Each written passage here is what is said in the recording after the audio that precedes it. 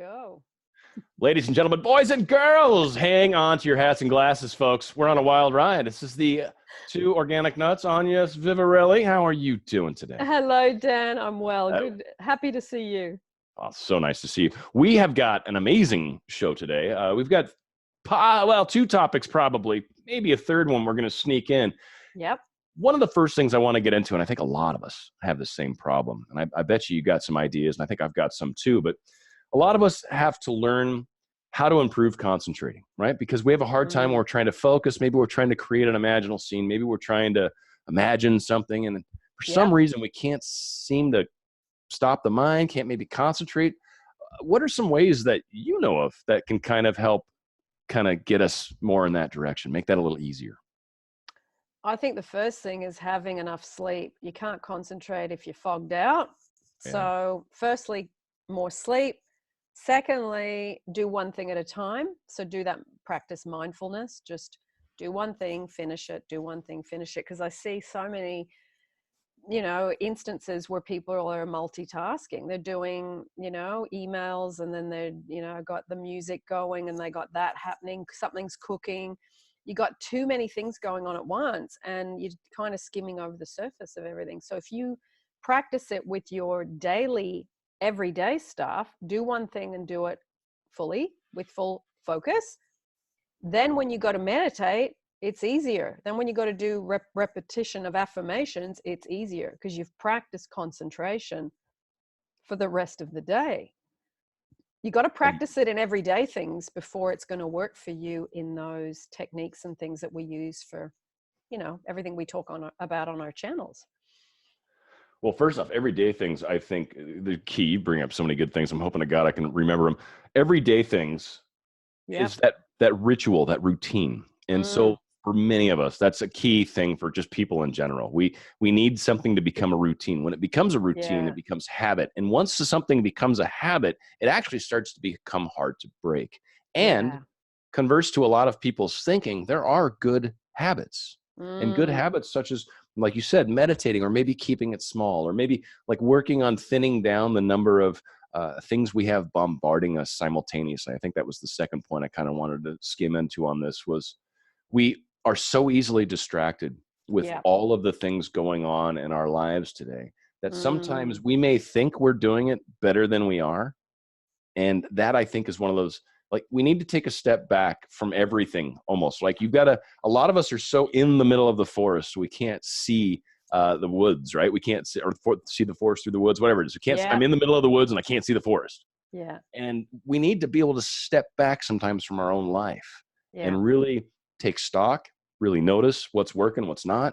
And I also feel like that's part of this too. And improving concentration and peace is kind of that meditation, that sort of that moment of silence, wherever it may be. Like a lot of people maybe have kids and they're like, I don't know how to get 2 minutes alone. How do we do that? And frankly, for me, one of the best places is the shower. Like I grab a couple minutes in the shower. I mean, hopefully it's clean, sit down, maybe get the water over you. You got a baptismal effect going on, and it's a moment where it's just you for the most part, hopefully.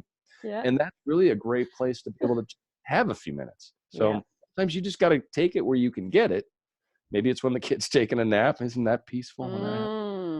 Definitely. Yes, I thought you brought up some major stuff on that. That's and I feel the same way.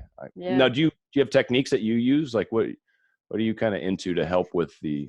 I think it's stopping that picking up the phone in the morning when you're laying in bed. That's just instantly going into that world. I don't need to go into that world until I've been awake an hour and a half or so. So I just don't pick up the phone. I do my meditation. I often do Ho'oponopono for about an hour before I wake up. I lay in bed. It's like it cleanses and cleans my mind. And then I get out of bed. My mind's calm. It's focused. I have my shower. I do my gratitude in the shower. I do 20, 25 things I'm grateful for. So my mind is working on me. It's not jumping into other people's lives in emails I'm not a social media person at all, really. So I don't jump into that world because I'd rather spend that time focusing on my own life than looking at other people's lives, because I want to improve my manifesting. I want to improve those things that I'm creating. I really try and have as calm a routine every day as I possibly can. Obviously, I work with people, but I can still bring that to a session, to an interview, to whoever I'm connecting with, and to be really present with listening. Because I think so often people want to tell you about them. They're not really listening to you when you're telling your whatever 2 bits worth. They're still thinking about the next thing they want to tell you. That over-revved thing of being so preoccupied with your own stuff. And I used to be like that. I was very preoccupied with my own stuff. So to be present, to concentrate, to listen, they're skills that I think you need to be, one, aware that you do that, and two, say, okay, if I'm concentrating more, then the time I spend doing that thing, I do it in half the time because I'm not skimming over the surface by multitasking. It's funny you bring up a couple more good points that, of course, I'm just going to add color to because that's what I do. But obviously, I worked coffee shops for like 15 years, and that's just my evolution as a human being on this professional world. And one of my favorite things is, and this is just, it's worked for me across the bar. I mean, it's very rare. I want to say of all the people I've ever talked with, probably 5% of the time, they actually break this, which is all I ever do is I just get people to talk about themselves. They might ask me a question. Hey, how are you doing? I'm doing good. So what's going on in your life? Boom, 5 minutes later, 10 minutes later. And it's just funny. And it's like, people love to talk about themselves. And I have learned so much about the world, about other cultures, about everything, because people talk about themselves. I listen and learn. So it's different because a lot of people are the talkers. And some people, and then this is my recommendation for any of you out there that are coaches, students, or want to be teachers, whatever. 2 ears, 1 mouth for a reason, right? It's twice as much time you should spend listening at least. And I think a lot of us as coaches and teachers and all that stuff oftentimes feel obligated to have an answer. Sometimes it's not the point to have the answer. Sometimes it's the point to listen and find what's the pattern, what's going on, and find that solution, right? To help. So it's very important that people love talking about themselves. And I think really it's, if we spend more time listening, even that's going to take you in steps of improving your concentration. And just, it focuses you to listen to someone else. I mean, just, there's a very basic skill that seems to be kind of lost these days in the digital world. So it's fun to see us trying to get that back maybe. And the other thing you said that I thought was awesome was people hop onto social media. And I feel like, and this is totally, and I'm curious what you think about this, improving concentration and peace, right? Like trying to help get myself into a more happy, more peaceful, more good mojo kind of place. And the first thing I do is I hop onto Instagram or something like that. And I start looking at Facebook or whatever. And I start looking at all the people's lives around me. Everyone's posting the best stuff. They've got their best foot forward. No one's, posting that picture of themselves falling and smacking their face, right? Or being trashed and tripping over whatever, right? Or twisting their ankle because they were being stupid. No one shows that stuff. What they show is they show all the perfect moments that they've got in their lives. Of the 150 photos that they just swiped through, oh, that one good one, let's put that on Facebook. And I think what it does is it sets the bar abnormally high. And I think it makes a lot of us feel like, oh my God, everybody else is having a really good life and my life sucks. And it kind of gets us into a weird place, right? Because now all of a sudden we're in this weird mindset where everybody's got something better than me. And then it puts us into that, I desire, it's more important than me. I've got to have it now. Like we start getting into that weird desperation kind of, why can't I have it? Like it's just a weird mindset. And so I'm kind of wondering, do you think that also kind of maybe plays into that concentration where people, they hop on and they saturate themselves with everybody's lives that are better than their own? And then you activate the I'm not good enough within your own self. Right. And I think that's maybe hurting us a little too. I mean, we talked about ways to improve. Like you said, first thing in the morning, maybe you don't hop on Instagram right off the bat. Maybe you get to it after the shower. Maybe you try to get in a meditation before you finally open up because, we've talked about us pushed out. And if my mind and heart and energy's in a bad place because I just opened up and saw that Brad Pitt's breaking up with Angelina Jolie again, and I'm like, damn it, that's it. it's over. And I put my phone down and I run, right? Like if I start the day off like that, I'm likely going to have a bad day. But if I don't, and I maybe do my thing, take my shower, meditate, and then, Angeline and Brad, they'll probably get back together, right? I've got a very different mindset when I read that same news article. Now all of a sudden it's not freaking me out. I'm in a different place. Yeah. I mean, I know some of you might not get worked up by that, but it matters. It really matters. It matters to you. I can see that. Yeah. Yes. They have children that they've purchased from around. No, anyway, I'm kidding. I don't know. It's alleged. Oh dear. That's my fault. I mean, there seems to always be another social media platform. Yes, there's kind of the 4 main ones, but I find getting on social media about 1 to 2 hours a month, that's enough for me. And it's to see my family's photos, family in another country or friends or something. But I just think I get this many hours in a day. And it looks like about 4. Yeah, about 4. But I think I'm going to work that many. I'm going to do my meditation, my affirmations, listening to YouTube's or a podcast. I listen to a lot of podcasts because I love hearing how people create things or build things in business, or I listen to Neville or Joseph Murphy or whoever, some of the old ones that I love. And I think I'd rather be doing that, because looking at other people's lives isn't going to improve my life. I want to spend those hours learning something, learning to apply it, pulling back my energy from things that don't serve me or things that take too much energy, and really never dropping my energy below 50% anymore. Yeah. Once I hit 50%, I go, ooh, the warning light's on. Before I used to go to 0 and then the warning light would come on and then I'd be smashed. Yeah. So it's like I get now when I start hitting 50% and I can feel I'm getting tired or I've given too much out or whatever. Now I go, okay, you're taking a day off, maybe 2, maybe 3, and you're going to do the stuff that you need to do to get your energy back up to 95 or 100. And that I monitor that much better than I used to. I don't do law of attraction stuff all day. I go and do stuff that has nothing to do with any of this. You don't just spend 24 hours a day just in meditation? No. Huh. Did you think I did? No, good Lord. I think some people do. They're like, how long should I do this? I don't know, like 14 hours a day. No, I don't think that's true. No, that's ridiculous. No. Like, you do it long enough for you. Like, you'll figure it out. Like, if you need an hour of it, that's kind of crazy, but you got it. I like the whole thing. Like, I know people that are like, should I be able to go and like meditate under a waterfall? I'm like, dude, you go for it. But that's probably a bit more extreme. You don't need to get to that level of perfection to be able to manifest.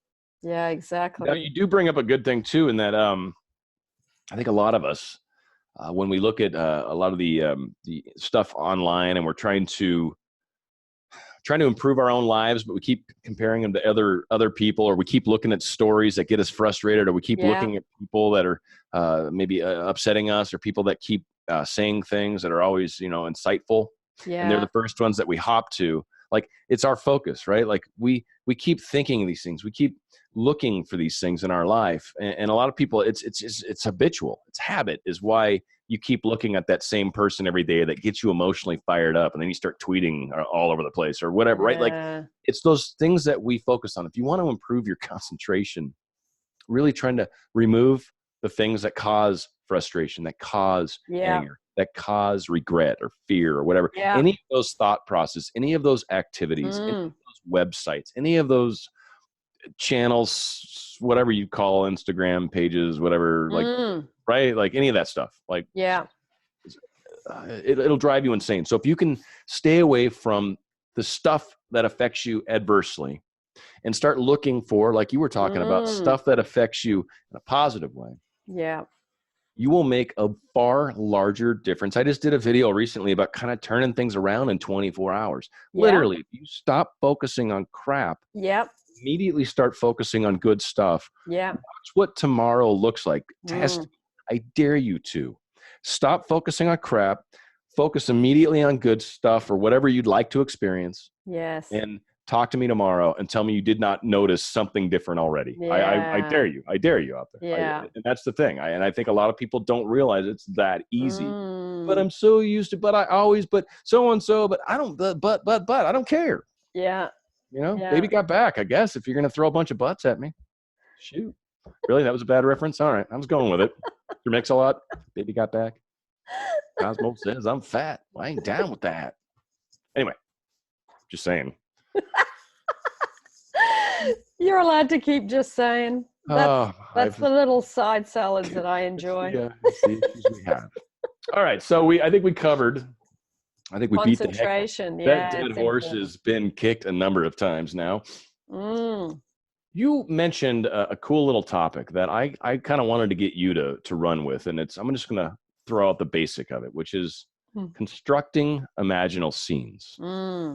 And I thought, wow, that's like a big topic unto itself. So let's get Agnes's take on constructing imaginal scenes, ladies and gentlemen. Well, constructing imaginal scenes need to be simple. They need to fuel really good, positive emotion of some description, excitement, joy, fun, those types, love, those emotions. And then you inject whatever is relevant in terms of what you're seeing, what you're hearing, smell, taste, touch, whatever is relevant to that scene. Now, I always thought, and in my life practiced, doing it where I look out my own eyes. Yet, I interviewed a guy called, what was his name? Wayne MacDaniel. Now, he's a guy that was in the movie The Sapphires. He was in quite a few really big movies, and I interviewed him. He saw himself in the third person. So very interesting that we think there's only one way to do something when you hear, this is how you do it, this is how you do it. Now, for me, looking at my own eyes is the best way for me, and that's the best results I've got. But listening to his version, he manifested some incredible movie deals by seeing himself on set, acting the part, and he saw himself over there. So he completely really smashed the way that I have always done it, but it was so interesting to hear his version, and it works just as well. Obviously, he practiced it. He's an actor. He's used to seeing movie cameras on him and all this stuff. So his way worked very well too. So I want to mention that because there isn't just one way is the only way. And you and I were talking about this prior to us recording, that it is try something for yourself and see which way feels and works for you. So in terms of me constructing an imaginal scene for myself, I make sure it's never in black and white. It's always in color. I make sure I see something very vivid, some kind of image, it's kind of like an anchoring point. So say I want to manifest going to, like I used to, going to London when I was in Sydney. I'd imagine standing in front of one of those red phone booths, and I used to actually open the door and go in and make a phone call. Now, there's no phones in those. Were they rotaries or were they just buttons? I think when the last ones were buttons. Okay. But I thought when I was imagining that they still worked. They had phones and they were still, you could still make a public phone call. They still have the little structures, but there's no phones in them anymore? There's the structures. The structures are there around London, but you don't. Be a recharging station or something for phones. That would be so funny. Actually, I'll have to go in one and find out what's in there. That'd be awesome. Just plug in your USB. You're like, just use my laptop. Don't worry, mate. Yeah, don't worry. You don't say that there. I'm sorry. Yeah. That's Aussie. That's Aussie more than they do say it a bit in England, but it's more Aussie. It's like in the more like the people that the ruffians, right? Yes. And all of my friends out there that say mate, you're probably the ones I would get along with best. Don't get me wrong. The Haji Paji aren't quite my favorite, but what the perspective I love, and it's funny. Before we get to that though, I want to cover like the techniques at work. Like we've talked about that a bunch. Something I've talked about a bunch. And just to kind of paint it in a fun way, and I think it helps kind of illustrate. If there's a technique, and you call it technique A, it doesn't really matter because there's so freaking many of them. So technique A, 99 people it worked for. Yep. One person it doesn't. Yep. Percentage-wise, that's an awesome technique. If you happen to be that one person, that's a really crappy technique. In fact, it's a horrible technique. I don't care if 99% of everybody it works. It doesn't. Yeah. But if there's a technique that works for one person and doesn't work for 99 people, percentage-wise, that's a crappy technique. But if you're that one person, it's the best technique. Don't get caught up in what works for everybody else. Try stuff. What works for you? Try it. There's a bunch of techniques, bunch. Yeah, there's not a better one. There's not a worse one. They're meant to do what you were just talking about, which is the perspective. They're meant to get you into a place where you're seeing it, feeling it, touching it, experiencing it, and then hopefully creating some sort of emotional response within yourself. Yep. And from what Goddard talks about, then the subconscious kicks in, right? And it takes that feeling and makes it so. Yep. So it's that converting a mental image into something you feel, and then the subconscious runs with it and says, all right, got this, see you tomorrow. So that's the thing. We've got to really remember that perspective from that standpoint. And then, yes, I think the from your eyes versus out of body, which is maybe what I think he's probably kind of doing. And I think those are kind of, if you come at it from that angle, because there's a lot of people that have had that kind of experience maybe, or are able to sort of see their reality from that view maybe. And so I could get that. And I think, again, it's how are you seeing it? Try that. Don't get too hung up on, we need to be able to do it a certain way. No. Try it. See how it works. Give it a go. If it doesn't, then maybe that's something that you can consider shifting. But to your point, Agnes, I think it works both ways. And I think it really is what you're comfortable with. And I think as long as you're perceiving this reality, this environment, this place you want to be, whatever, this person you're embracing and smelling their hair. Yeah. Maybe, so whoever that is, it'll play out beautifully. Yeah. I'm going to put Wayne's interviews down below, because I honestly would have said, no, you have to imagine out your own eyes. That's the best way. I would have said that. I've read that too. And I've also read that, I've read anyway, that it's good to play around with perspectives. I've heard it's not even necessarily bad to even try to take it from the other person's perspective in aspects of what you're like dancing with yourself, like you're them for a moment. Like all of these things can actually create kind of a 3D image, and you're sort of being a larger part of that. And again, I'm going to throw this out because I think this is really fun. And I don't know if I've ever talked to you about this. I've mentioned this a couple times on my show, and it's just one of the crazy, weird spiritual tricks that I learned a long time ago that is seriously fun to play with. So I tell everybody this because it'll teach you some amazing stuff. But if you want to get somebody to look at you, maybe you're in a coffee shop. We'll just take something like that, right? And I'm maybe off to the side, and there's maybe someone I know that just walked in, or maybe someone I'm attracted to just walked in, and they're looking ahead at the person, they're maybe second in line or whatever, and I want them to look at me. Yeah. What I imagine is what it would look like from their perspective, where they're standing, and having them look at me. What would I see if I did that? Swear to God, imagine it. It's all you got to do. Another trick too, but this is a really powerful one. You do this and you imagine what they would see as they look over towards you, and then imagine seeing your face. Wow. They almost instantly will do it. Almost instantly. And then the other test I like to do that's almost exactly the same thing is you can tell how sensitive someone is unless they're really busy with something. Okay. If they're like in the middle of a video game, this doesn't work. But like just normally, if someone's just standing there all like staring at their phone or whatever the hell, stare at them. And depending on how long it takes them to look at you, that's how sensitive they are. And some people will do it like that. You will look at them and wow, oh, sorry. Like you'll get caught immediately.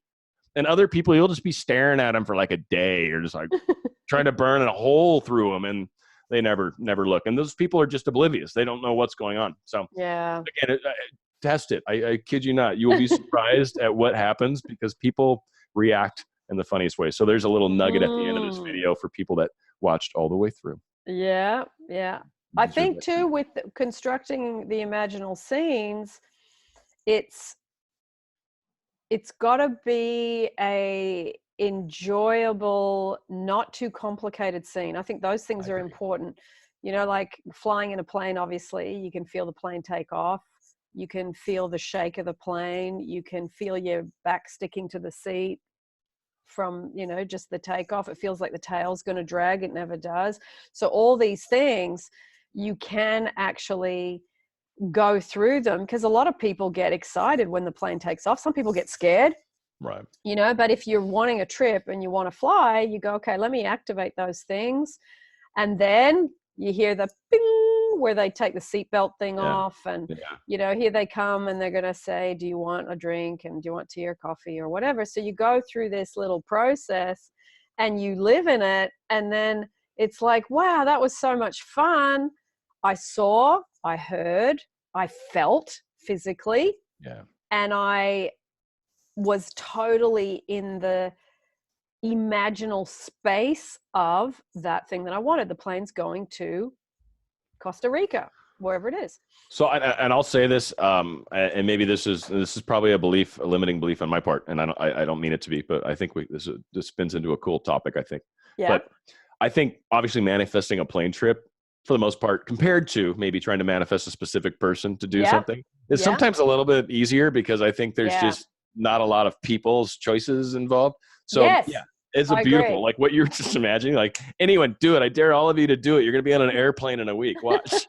But from the standpoint of a specific person, because that is something that's very common with a lot of people watching this, is how do you, when you're imagining that, like just as an example, or are you trying to get yourself into, I think one of the things that confuses people is, should I feel like I'm in love, or should I feel like the wish is fulfilled? I mean, I'm trying to put the answer in the question, if you will, but I think a lot of people kind of feel like, well, if I have them, I'll be in love. And it's like, well, aren't you in love right now? Yeah. You don't have them. So I don't think that's going to change. Yeah. But you're maybe going to feel more secure. I'm really glad you brought this up, because what I'm seeing a lot in emails that I'm getting, probably in the last 6 weeks, more than ever, is people that want to create a living in the end scene or meditation where the specific person is apologizing, begging them, feeling the way they felt, feeling. Well, the whole imaginal scene is being constructed around that person's giving stuff to me. Now, I will be honest, I'm pretty dead against that stuff, because it's still all about you getting and that person being your source. I'm dead against that kind of imaginal scenes. Why? Because if you really want a healthy relationship, you want to be learning to radiate love and give love. And then the other person, it's a two-way thing. This whole thing of creating imaginal scenes purely from a selfish, self-centered point of view, I'm 100% opposed to that. I think it's not meant to be I mean, you can. No, you're right. And I 100% agree. And I just wanted, for people that are like, whoa, no, hang on a second. Yeah. Yes, you can. If you want to manifest and find that one, now it may not be this person you're after. I'm just going to say, if you want some sort of relationship where someone's in a certain way, or maybe fulfilling some certain role, you can manifest that. That's not a healthy relationship. There's a strong chance it won't have longevity. There's a strong chance it might end up hurting your heart at some point, or you might just find that it's a disappointing relationship. Like maybe there's more to a relationship than what you're asking. But to what Agnes is saying, and I 100% agree, trying to be in a relationship that is imbalanced and recommending that to someone, I feel is irresponsible, right? If I'm trying to give someone advice, if it's my brother or someone I care about, I would be like, whoa. Like, I think we're looking at this wrong. Yeah, I do too. So I want to say that's one thing that's challenging as a coach. Agnes, I'm sure you agree. But it's like, do I tell them, yes, they can do whatever they want? Or do I try to help them get to where it seems like they want to go? Yes. And I feel like a lot of times it's love. Like we want love. Like for whatever reason, we're sad love's not here. We're sad we lost love. We're sad we haven't experienced it yet. Whatever. But it's like love, I think. And sometimes we take that image of love, whatever, maybe it's that, right? Maybe it's that little lame heart thing. And we put it on someone's face. Yeah. Now they're love. They represent it to us. Now we can't seem to get off that because we've stuck our love on them. And that's not necessarily right or wrong. I'm not trying to put anything in anyone's mouth, because I know wherever you are on this, whoever's listening, right? Wherever you are, I don't mean that what you're doing is wrong, But I am just saying that these are some thoughts that Agnes and just I thoughts to think struggle with about. sometimes. And I do think at the base of it all, people do want to have secure, loving, meaningful Healthy relationships. Yeah. So that's why I want to bring this up, that if that is what you want, it's got to be that you create an imaginal scene that reflects that, not that it's just about that person is there for you to receive huge amounts of love, huge amounts of phone calls, huge amounts of whatever it is, that it is about you also contributing that to their lives so that you have a secure relationship together, the both of you. Yeah. And that, I think, is talking about constructing imaginal scenes. It's almost like you get to a more mature and sophisticated level of the quality of your imaginal scenes. Well, I think Goddard kind of talks about it too. So when you're trying to imagine a certain scene with somebody, a specific person, and you're wanting them to be a certain way. Yes. If that certain way is not something they are willing to be, so maybe you want them to just constantly bathe you with money and massages and like that's what you want from them, and that's what I'm going to manifest because that's what I want. Yes. And that person may not be willing to do that. They might not like doing massage. They might barely enjoy it, and maybe they're busy with their jobs and they enjoy that, right? So they've got other things that matter to them. Yes. So they're going to say, basically, when this idea pops into their head, they're going to be like, no, sorry, I'm going to take this other path. What Goddard says when that happens is it kind of comes back on you. Yeah. So we got to be careful if what we're asking for, if it's not in balance with both parties, yes, it starts to become something that's less desirable for both parties, right? If only one side's going to benefit and the other side, suffer, jerk, right? Then that's kind of not a cool place to be. So it needs to be balanced. And of course, I'm being exaggerative to help make anyone feel like I'm talking about them. We're on the move, people. Watch out. Watch out. No, my window's just blown right open. Oh, nice. So I'm going to hook it back in. She manifested that, didn't she? You're just trying to show off, right? She's got telekinesis, people, I'm telling you. It's not just a robot. She's a good person. It's warm in London, but it's not as warm as as it can be. So, yeah. Nice. I like that. She's just mobile, people. You see how easy that? I couldn't do that. No way. I couldn't walk around. I got all this gear and crap. I'd have to drag it with me. I'd need to hire 3 people. Forget it. But this is a good subject. It's a good subject because, yes, you can imagine totally anything you want, you know. There is no, you can't imagine this, you can't imagine that. But you've got to ask yourself, what's the highest level of what I really want? Right. And if I really want to be loved, then I need to learn, I think, self-love and be able to contribute that level to that relationship myself. I need to contribute that. I agree 100%. And then on top of that, I also find that it's hard to go backwards. And that's one thing I think. What do you mean? What do you mean? I think a lot of people, they had something, or there's this situation that happened in the past that they're trying to either recreate or trying to undo or trying to justify or trying to, right? Yeah. I feel like spending a whole lot of time in the past when we manifest forward. We like whatever it is right now, tomorrow is going to be based off of where you are right this second. Doesn't really matter what happened 12 years ago. Doesn't matter, you know, like let's just, I mean, I get it. And revisions, I like it. I've had people discuss it a lot, and I totally get it. And I think that helps you feel better about it. But again, this is one of those things where it's like, do what feels best, man. That's what the right thing to do is. Don't just listen to people like us. We're just saying, I'm giving the best advice I can to try to help people out in general. But if you're looking to alter your life, if you're looking to change, then moving forward, if something happened that caused a bruise on your banana, if you will, then, you know, manifest a world where that bruise isn't there anymore. Like or somehow you cut that bruise part out, or it doesn't matter, or you eat around it, or whatever. Buy some different fruit. Thank you. Or learn to like bruises. You take a bite and you're like, oh, it's kind of sweeter. Or freaking make some banana bread out of it. I don't know. Do something with your bruised banana. That's cut the bruise out. Which almost gets back to the third one, which I almost want to go there, but we've gone long, I think, as it is, and I probably shouldn't go PG-13. Hang on. I'm going to. Well, isn't that interesting? Okay, so we did have a third question, and I don't know if we'll see how this plays out. But there was the idea, and I think you talked about a Dr. Hugh Lenz, some sort of inner child meditation. But you're talking about letting go of old childhood stuff. And first off, there's a few puns that bother me right off the bat. Letting go seems to have an implication that it's already attacking one of my favorite things from childhood. Some say it would make you go blind. Frankly, not willing to give that up on. Yes, that's a very vital part of my existence. So you're saying I need to let go of that, or are we talking about other stuff here?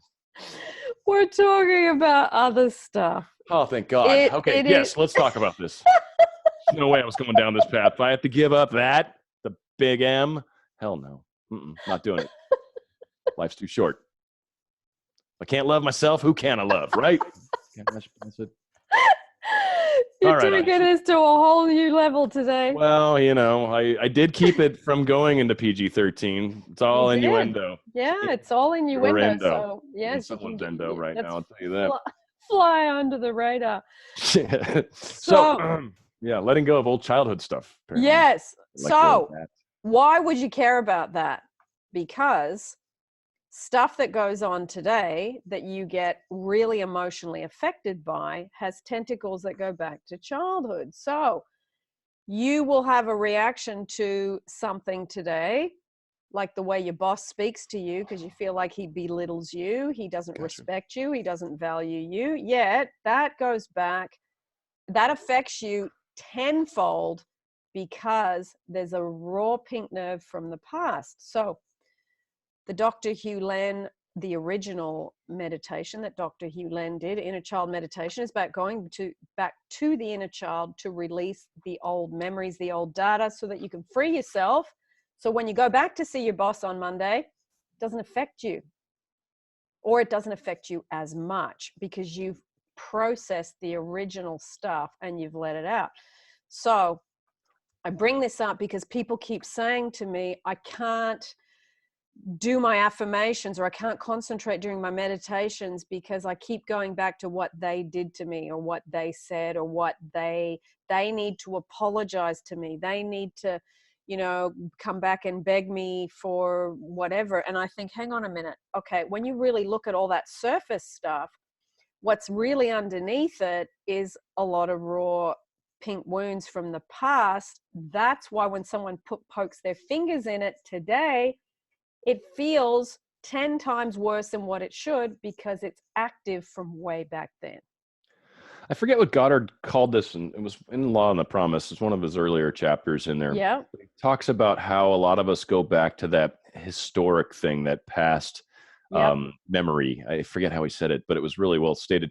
But it's that past memory of how things were done, how this situation's happened to me before. So every time I get it presented to me again, I go into autopilot mode and go back down that path. And I think the same applies with a lot of our thinking processes, right? Like this, I was hurt in the past, so I'm going to get hurt again. I always get hurt. Guys always want to hurt me. Like, I can't seem to find good guys. None of them ever have jobs. Like, we just have some of these weird thoughts that keep popping into our heads.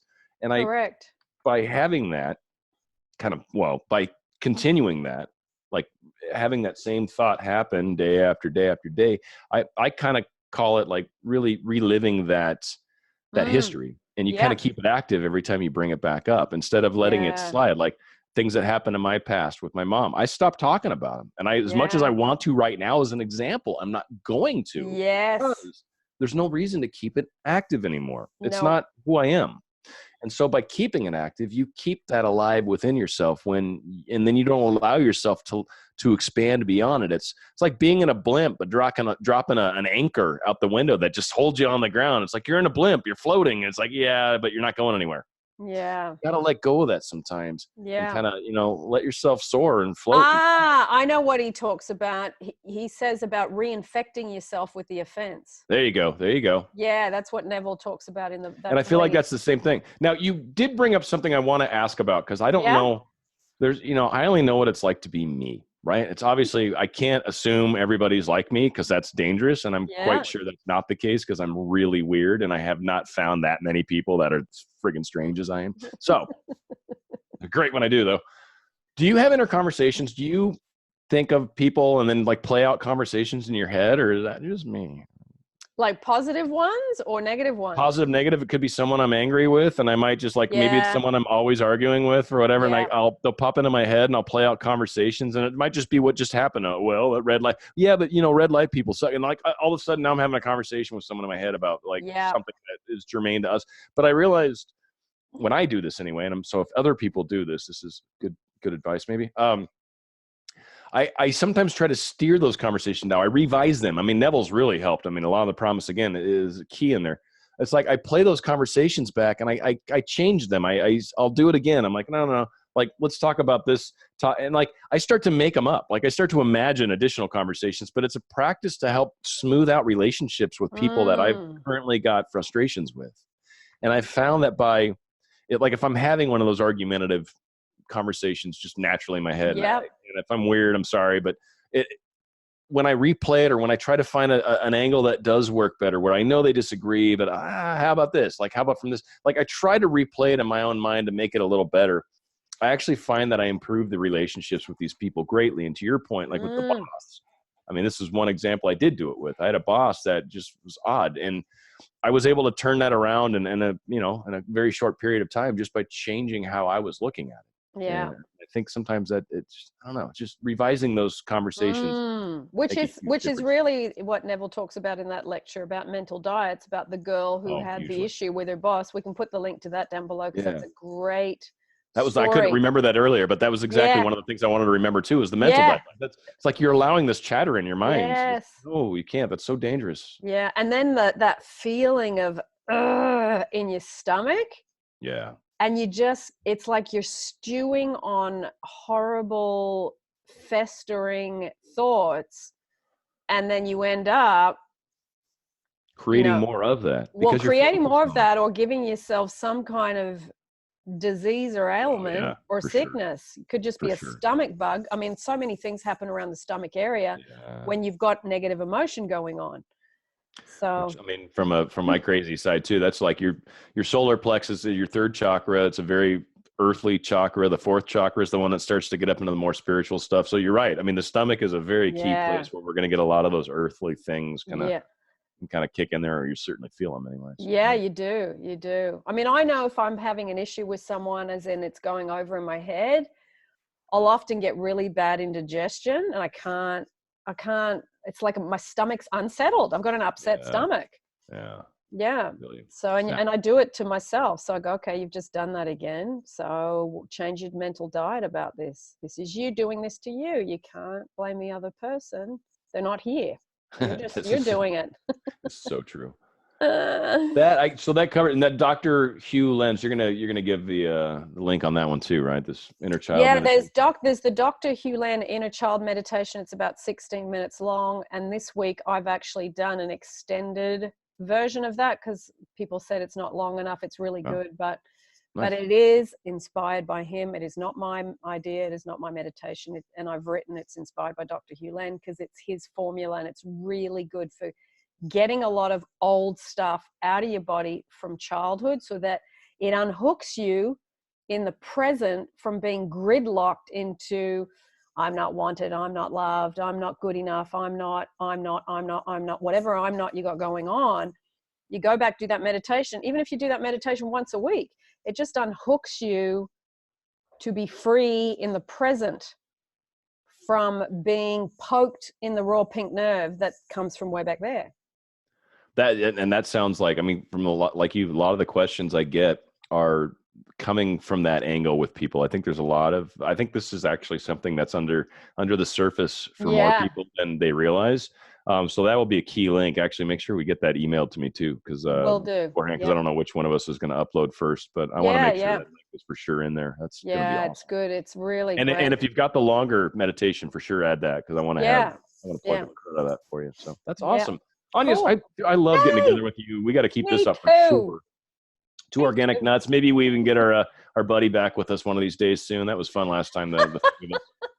I think we might have found a third nut to join. We'll see. The two of you should do one, just the two of you. That would be probably will. I'm sure we will. I'm so sad. There's this lady, Sarah, that was going to do one with, and it's just so hard for me to find the time. And like for you been there forever. So like, yeah, we just got our things sorted. Oh, Yeah. it's rough. The next So, one we September. do will be from Sydney. I'll be in Sydney. I leave on Oh, you will? Sunday. Okay. Wow. Yeah. You were just out there not long ago, it seemed like. I've been here 3 months and a week in London. Oh, you're like, I gotta go. I gots to go. And it's oh yeah, winter's almost over, so it's a beautiful time of year down there. That's fine. Yeah. Sydney's going into spring, so it'll be lovely. Beautiful. Yeah. All right. Well, Agnes, Cool. thank you very, very much. And we will share all the links below. Thank everybody. Of course, you guys are what make this all possible. Agnes and I just love talking to each other. You should see the hour we did beforehand. Anyway. Yes. So much fun. You're the best, Agnes. Thanks, Thank you so everybody. much. We'll do Bye. this soon. Love Dan, you guys. Bye. We'll say goodbye in private, Dan. Of course.